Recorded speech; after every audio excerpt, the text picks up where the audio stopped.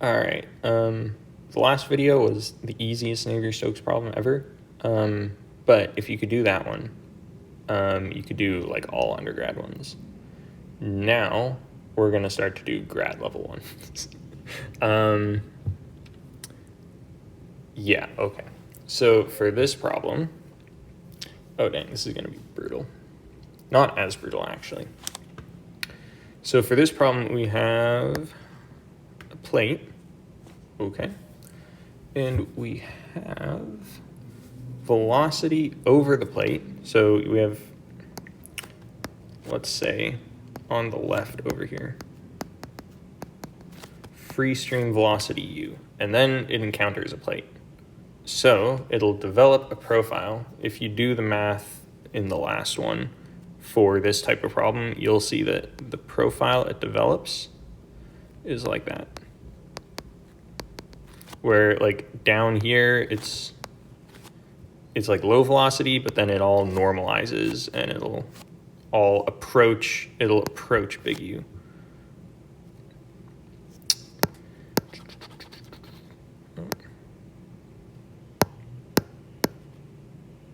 Okay.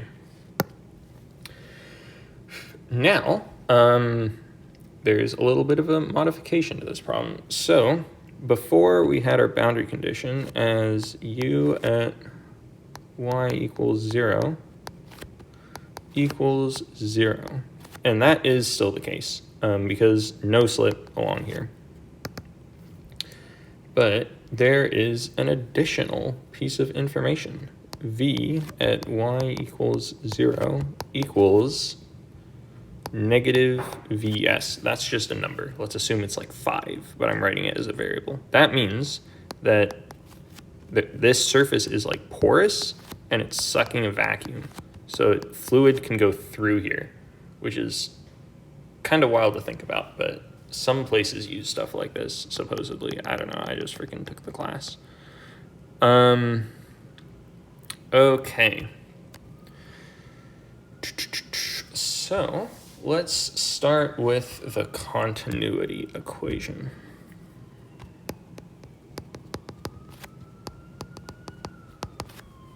That is the same as before.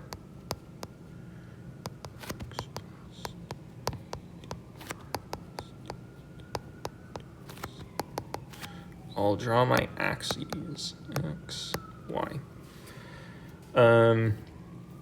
You know, we should also draw assumptions. So we'll assume, okay, we will assume for now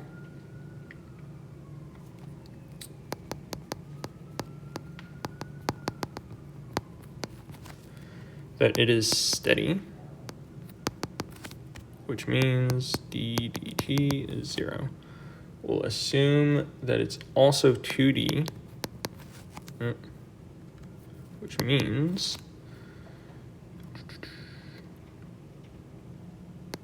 W equals du, dz equals dv, dz, and we'll assume dp dz equals 0. And we'll assume that it is fully developed.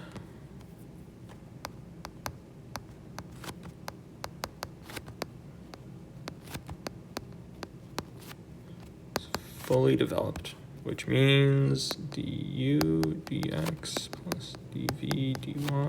Oh, my brain is just fried.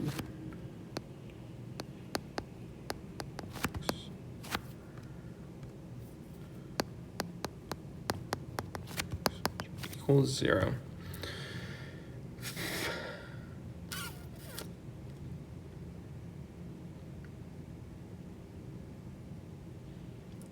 Yep. Okay. Okay. Now that I think about it, fully developed might not make sense because there will be a boundary layer form. But we're assuming we're way over here where the boundary layer is already formed. So I guess I guess that's a good assumption. Okay, okay. So continuity. U dx 0. Fully developed. WD 2D, that goes away. Now, same idea as before. We're left with dv dy equals 0. Integrate it, so v equals a, and we say the boundary condition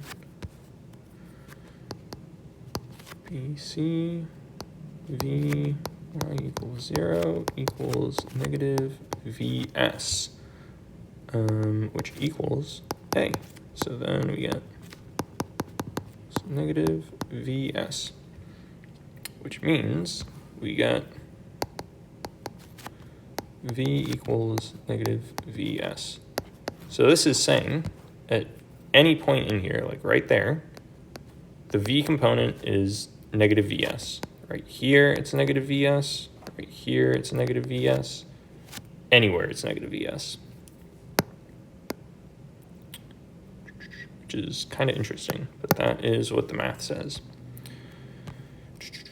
All right, let's do the easier Navier Stokes first. Navier Stokes in the y direction.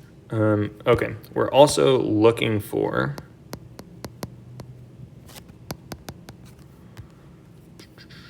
u as a function of y. Same thing as last time. U is the x component and v is the y component. We're looking for u as a function of y. So, cool.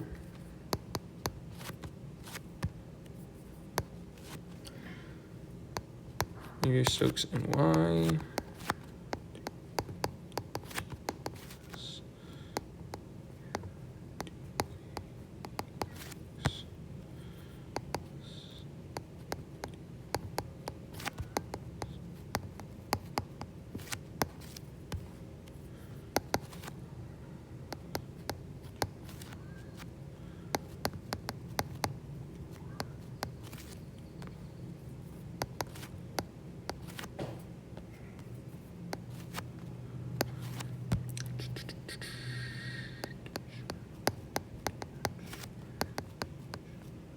It's v, isn't it?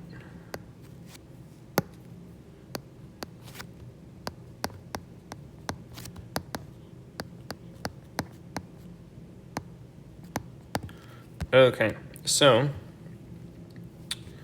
right off the bat, well, okay, steady state, right off the bat, we can cancel out all these terms again, because if v is negative vs, if it's a number, dv d anything equals dv dy dv dz equals dv dt. All of them equal 0. So the derivatives equal 0 because it's equal to a constant. So we can cancel out all of these, and we're left with 0 equals gy. How much of gravity is in the y? It would be all of it, because gravity always points down and y is pointing directly up. So it'll be 100% of it, and it'll be negative. So then we can move stuff over. I want to get rid of this. And we're left with dp dy equals negative rho g.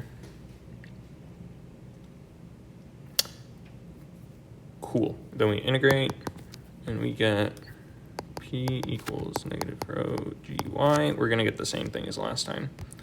Plus a, plug in our boundary condition, which is, we could say that the pressure at infinity is 0. That kind of sucks though. Let's just say we know the pressure right here. P at y equals 0 equals some p naught constant. Let's just say that's it. Okay. BC. No BCs, just one BC. P y equals 0 equals p naught, which equals rho g h, no, rho g 0. So this whole term goes away, plus a. So then a equals negative p naught.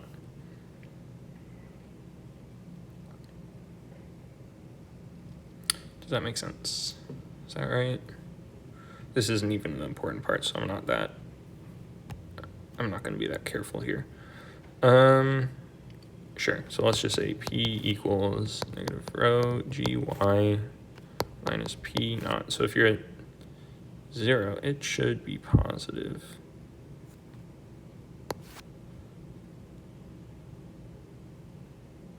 I don't want to think about that. But it should be positive because if you plug in 0, you should get positive p naught. But anyways, so that's your pressure equation. But yeah, that's not the important part. Now for the important part. So Navier Stokes in the X. Frick you, select all.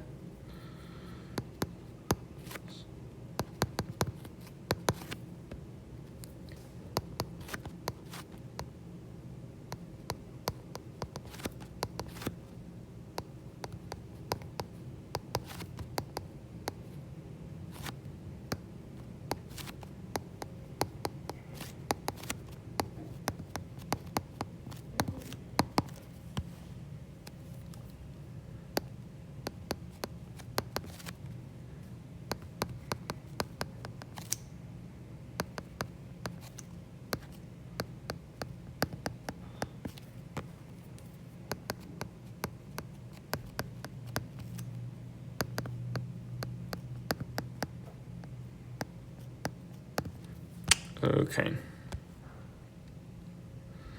That's probably right. Technically, it's a plus there, actually.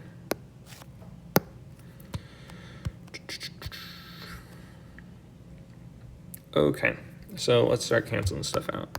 Steady state, fully developed.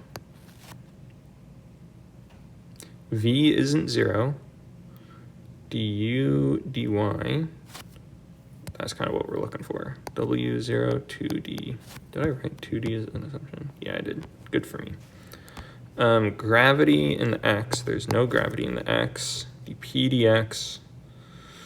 I think we assume that's stated 0, yeah. Yeah, it's stated 0. I'm stating it. dp dx equals 0. 0, fully developed. 2D. Okay. Cool beans. Yeah, okay. So we are left with rho v du dy equals d squared u dy squared. This is a freaking differential equation. Woo! But it is homogeneous, which means rearrange it, d squared u dy squared minus rho. It'll be plus because I'm going to plug in vs, and vs is, or v is negative vs, so it'll become plus. Du dy equals 0. So this is our freaking differential equation that we got to solve. Okay, well, this is, to solve this, it's the easiest differential equation ever. You assume, and make sure this is right. It is right. U equals e to the lambda y. Y u because u is in the numerator, and y because y is in the denominator. There is a siren outside. Someone's brain collapsed while doing Navier Stokes or something. I don't know, man. Okay, so if we assume this, that means du dy is lambda e to the lambda y, and d squared u dy squared equals lambda squared e to lambda y. By the way, this is like the most common substitution for differential equations. So now I plug this stuff in to what we got up here, and we will end up with lambda squared e lambda y plus density vs du dy is lambda e lambda y equals 0. Cool, so we can cross these out. Oh, dang, what's happening? Yeah, okay, we can cross those out. Don't cross out the lambdas because it erases one of the solutions. So we're left with lambda squared plus density vs equals, density vs lambda equals 0. And then we can rewrite this as well. Pull out the lambdas. So we have lambda times lambda plus that vs equals 0. So from this, we have our two solutions for lambda, which is lambda equals 0 or negative density vs. Is that what I got? That is what I got. I forgot something though. Forgot the mu up here.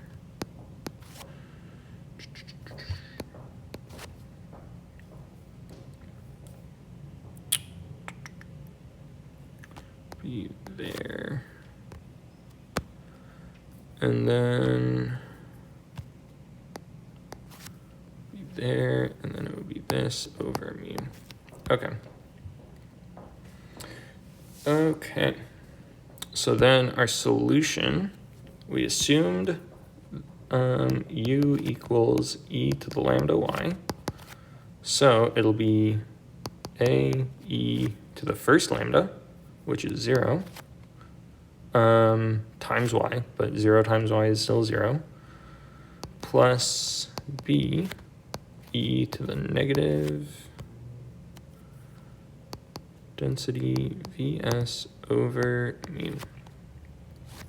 Okay, this is 1, so we can rewrite it a plus b e negative vs over mu.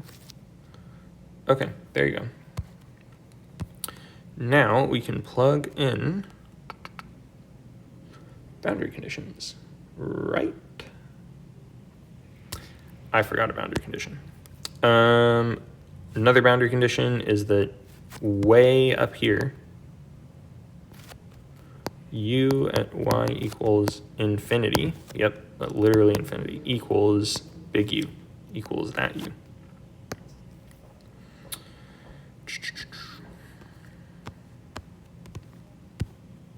All right, so boundary conditions, that is ugly.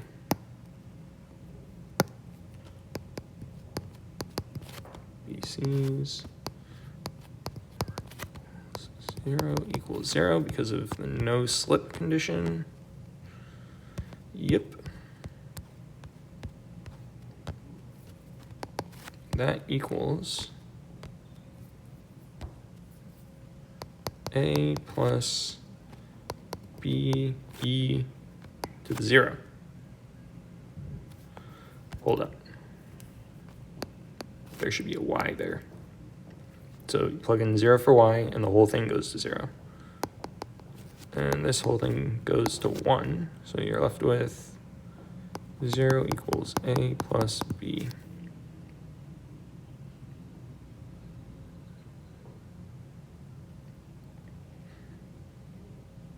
Yep. Okay.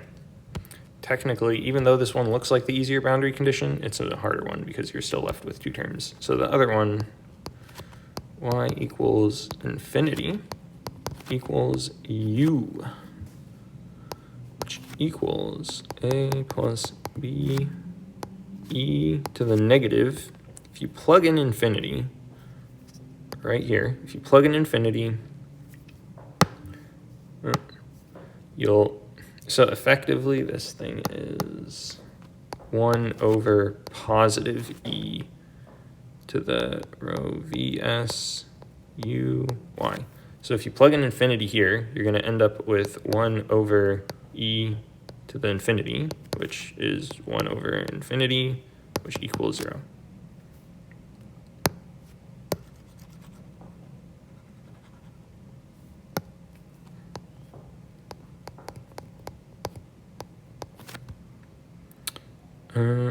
Times infinity. So this equals 0.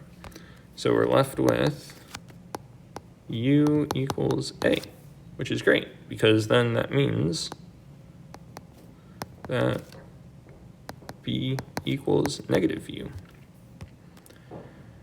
Cool. So then we can write out our complete equation for u as,